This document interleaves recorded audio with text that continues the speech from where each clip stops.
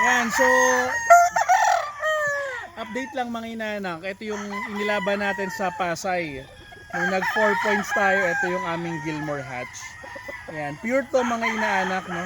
Hindi siya napalaban dun sa early bird natin last year.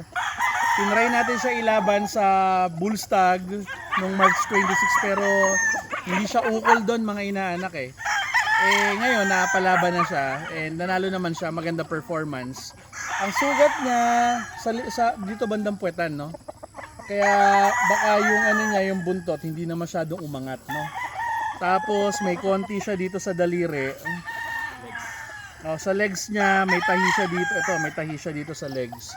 Pero 100% makaka-recover to mga inaanak. Yun, masaya tayo sa naging performance, no? 9 wins out of 15 15 fights tayo mga inaanak. Lamang panalo pa din tayo. Ayan, so maraming salamat sa mga sumuporta and yun, thank you.